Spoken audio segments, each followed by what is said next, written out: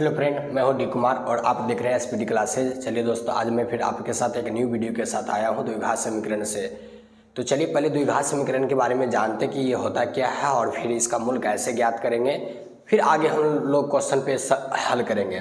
तो द्विघात समीकरण का सबसे पहले हम लोग मानक रूप जानते हैं। द्विघात समीकरण का मानक रूप होता है ax² + bx + c = 0। ध्यान देना, इसमें यह होता है कि a और b कभी 0 के बराबर नहीं होगा। यदि a और b 0 के बराबर हो जाता है तो ये द्विघात समीकरण बनेगा ही नहीं। यानी कि वैसा समीकरण जिस समीकरण पे अधिकतम घात कितना होगा, 2 होगा, और उसमें a और b का गुणनफल 0 नहीं हो तो वो समीकरण द्विघात समीकरण कहलाता है। तो इसमें क्या कंडीशन आता है कि b ≠ क्या होना चाहिए, 0 होना चाहिए, a ≠ क्या होना चाहिए, 0 होना चाहिए। ठीक है, ये दोनों 0 के बराबर नहीं होगा। उसके बाद जानते हैं कि उसमें एक मूल्य ज्ञात करने के लिए एक और विधि है जिसमें हम लोग विभक्तर विधि से हल करते हैं। यानी कि अल्फा और बीटा का मान निकालते हैं, जिसको शून्यक भी बोला जाता है और मूल्य भी बोला जाता है। तो d बराबर एक सूत्र होता है b² - 4ac यानी कि जिसमें d को क्या बोला जाता है, विभक्तर बोला जाता है। d4 क्या होता है, विभक्तर होता है। अब एक कंडीशन आता है कि कई बार पूछता है ऑब्जेक्टिव के रूप में कि द्विघात समीकरण में मूल्य समान होता है, असमान होता है या कोई मूल्य नहीं है, ये कैसे हम समझेंगे, इसके बारे में समझ लीजिए। यदि हम d का मान निकालेंगे b² - 4ac के फार्मूला से और वो मान 0 आ जाएगा तो उसका शून्यक जो होगा वो दोनों समान होगा। यानी कि अल्फा और बीटा का जो मान निकलेगा मूल्य में वो समान होगा। d का मान यदि 0 से बड़ा हो जाएगा तब उसका मूल्य असमान होगा। कहने का मतलब एगो अल्फा का मान जैसे 2 आया तो बीटा का मान कितना आ जाएगा, 3 आ जाएगा। अलग अलग मूल्य होगा जिसको कहा जाता है मूल्य असमान, जिसको असंगत भी हम लोग बोलते हैं। तीसरा कंडीशन है कि d का मान जो होना चाहिए 0 से क्या होना चाहिए, छोटा होना चाहिए। तो कोई मूल्य नहीं, उस द्विघात समीकरण का कोई मूल्य निकलने वाला नहीं है। ठीक है, तो ये था कंडीशन कि द्विघात समीकरण को हम कैसे चेक करेंगे और उसका मूल्य संगत होगा, असंगत होगा, या मूल्य समान होगा, असमान होगा, इसको हम यहाँ से जान सकते हैं। अब चलिए क्वेश्चन दिया गया है कि क्वेश्चन है कि अभाज्य गुणनखंड विधि द्वारा मूल्य ज्ञात करने के लिए। तो एक अभाज्य गुणनखंड विधि से होता है, दूसरा होता है विभक्तर विधि से। तो इस टॉपिक पे हम पहले समझते हैं अभाज्य गुणनखंड विधि से, फिर हम लोग नेक्स्ट वीडियो में मिलेंगे तो उसमें हम विभक्तर विधि से भी जानेंगे। बात अब क्वेश्चन का आया हल का। ठीक है, तो हल करने के लिए देखिए आपके पास 6 क्वेश्चन है। 6 क्वेश्चन में 3 टाइप का क्वेश्चन दिया गया है कि एक छोटा छोटा क्वेश्चन कभी कभी रहता है कि ऑब्जेक्टिव टाइम में भी ये कभी बार पूछता है और पूछता ही है। नेसेसरी है कि आने वाला एग्जाम 2023 का जो होगा उसमें भी बिहार बोर्ड में पूछा जाएगा 10th क्लास का। तो देखिए जैसे क्वेश्चन है x² - 3x - 10 = 0। दूसरा क्वेश्चन है 2x + x - 6 = 0। फिर है √2x² + 7x फिर +5√2 0। फिर है x² - 45x + 324 = 0। फिर है x² 55x + 750 = 0। इस तरीके से आपके पास 6 क्वेश्चन है। 6 क्वेश्चन में आपको क्या देखने को मिलेगा कि इसमें देखना है कि छोटा छोटा मान है, इसमें भी छोटा छोटा मान है ना। ये क्वेश्चन देखिए कि कभी कभी रूट वाला रहता है और रूट में गुणनखंड तोड़ने में काफ़ी ज़्यादा कन्फ्यूजन की समस्या करना, मतलब नहीं समझ में आता कि कैसे तोड़े नहीं तोड़े। एक क्वेश्चन ऐसा है कि जिसमें बड़ा बड़ा मान है, b का भी मान बड़ा है और c का भी मान बड़ा है, इसमें कैसे तोड़ेंगे। फिर देखिए एक क्वेश्चन ऐसा है कि जिसमें क्या है कि c का जो रूप है वो भिन्न के रूप में है, इसको कैसे हल करेंगे। चलिए बारी बारी से वीडियो को लास्ट तक बने रहिए और हम एक एक करके क्वेश्चन का सोल्यूशन करते हैं और आप वीडियो को अंत तक देखते रहिए। पहला क्वेश्चन है x² - 3x - 10। इस क्वेश्चन का हल करते हैं तो ध्यान देना है कि इसका हल करने का सबसे तरीका क्या होता है कि पहले इसको हम a बोलेंगे, b बोलेंगे, इसको c बोलेंगे। ये तो 0 है, कोई दिक्कत नहीं। अब ध्यान देना, b को आपको तोड़ना है, यानी कि प्लस और माइनस के रूप में इस प्रकार तोड़ना है कि a और c का गुणनफल के बराबर हो जाना चाहिए। अर्थात यानी कि a × c = b को जोड़ या घाटा के रूप में तोड़ना। क्या होगा, a और c के गुणनफल के बराबर b को प्लस या माइनस के रूप में तोड़ करके आपको लाना है। तो चलिए हल करते हैं। जैसा है x² - 3x - 10 = 0। अब देखिए a और c का गुणनफल 10x² माइनस में हो जाएगा, है ना।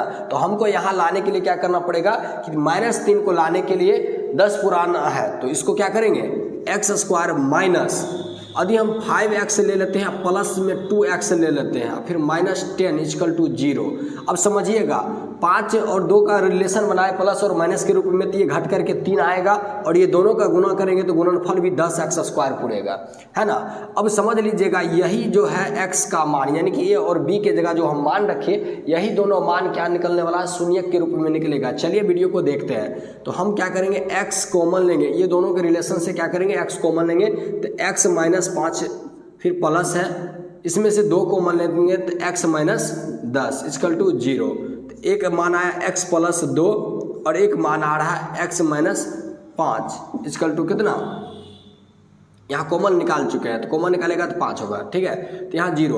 अब बारी बारी से क्या करेंगे, शून्य के बराबर करेंगे। शून्य के बराबर करेंगे तो ध्यान रखना, आपको पहले हम बता दिए कि ये जो मान लिखते हैं इसको तोड़ने के बाद जो माइनस में रहेगा उसको बराबर के उस पार प्लस में करेंगे और जो प्लस में रहेगा उसको बराबर के उस पार क्या कर देंगे, माइनस में करेंगे। यही शून्य का मान होता है जो शॉर्ट में आप समझने की कोशिश कीजिएगा। तो यहाँ से हम शून्य के बराबर करेंगे तो x बराबर क्या आएगा, 1 + 2 यानी कि इस पार प्लस में तो उस पार बराबर कर जाएगा तो माइनस में, इसको शून्य के बराबर करेंगे तो एक x का मान आएगा, ये माइनस में इस पार है ना तो बराबर को उस पार कर दीजिए तो क्या आएगा प्लस में, तो 5। ये दोनों शून्य का निकल के आया, ठीक है। चलिए दूसरा क्वेश्चन देखते हैं। तो सेम इसी तरीके से आपको इसको तोड़ लेना है। चलिए हम हल करते हैं तीसरा नंबर क्वेश्चन का, रूट वाला। कभी कभी कन्फ्यूजन आता है कि रूट वाला को कैसे तोड़ा जाता है, तो चलिए बिल्कुल इजी तरीका से रूट वाला भी हल होगा गुणनखंड में।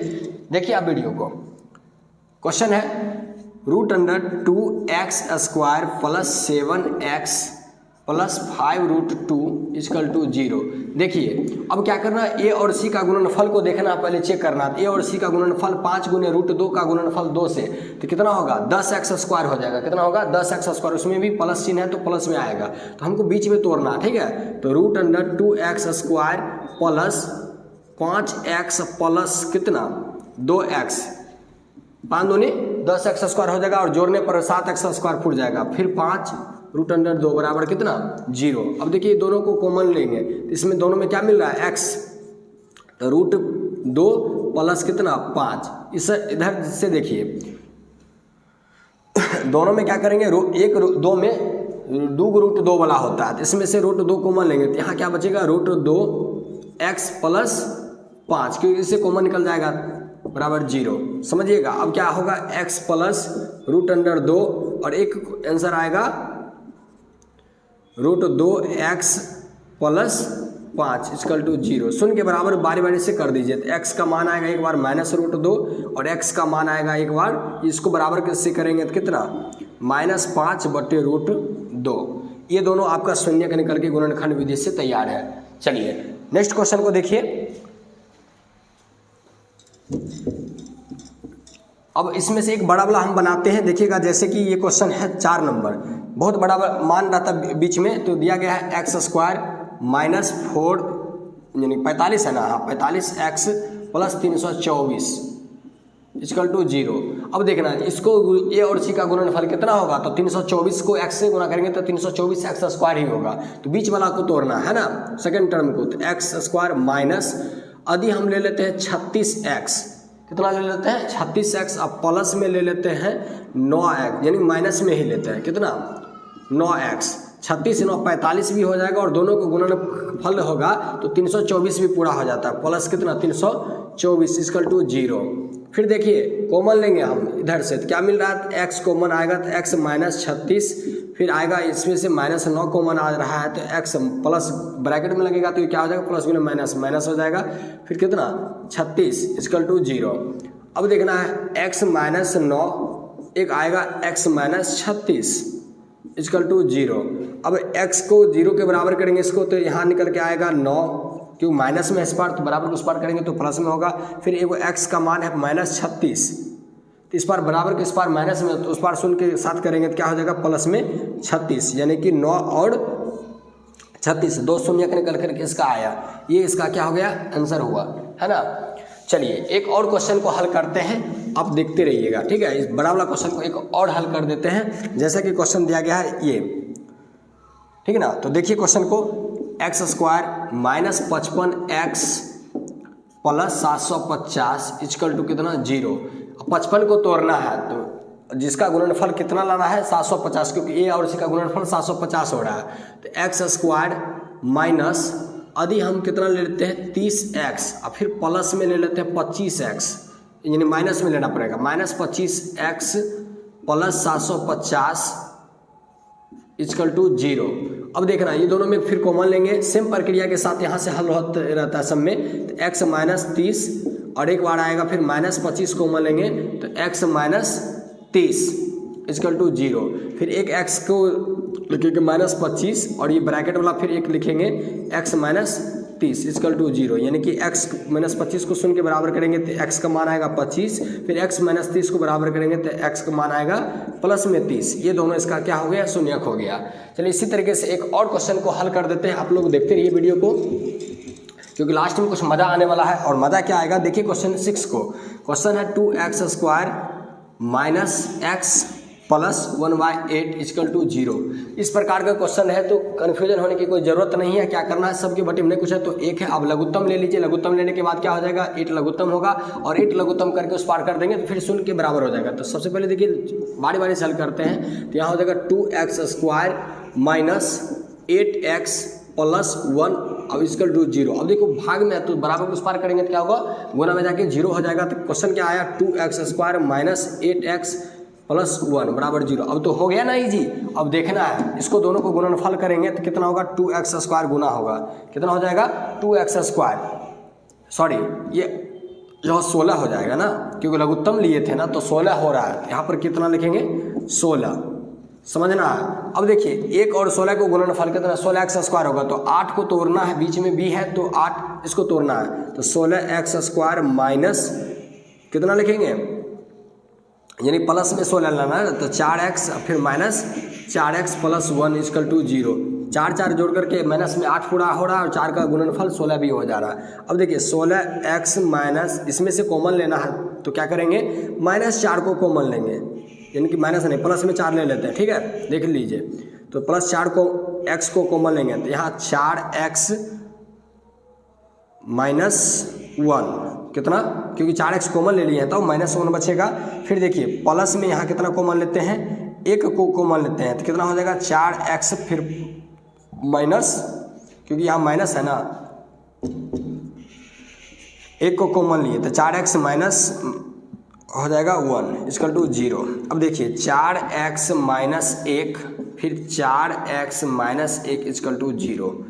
x का मान आएगा बराबर को, इसको बराबर से ले जाएंगे तो क्या हो जाएगा, x इक्वल टू 1/4। इसको भी बराबर करेंगे तो कितना आएगा, x बराबर 1/4। ये आपका आंसर होगा, है ना। तो चलिए एक क्वेश्चन आपके लिए, जो ये क्वेश्चन नंबर 2 है, आप लोग बना करके और आप अपना आंसर कमेंट में जरूर डालें। यदि वीडियो अच्छा लगा होगा तो लाइक करें, सब्सक्राइब करें। Thank you so much.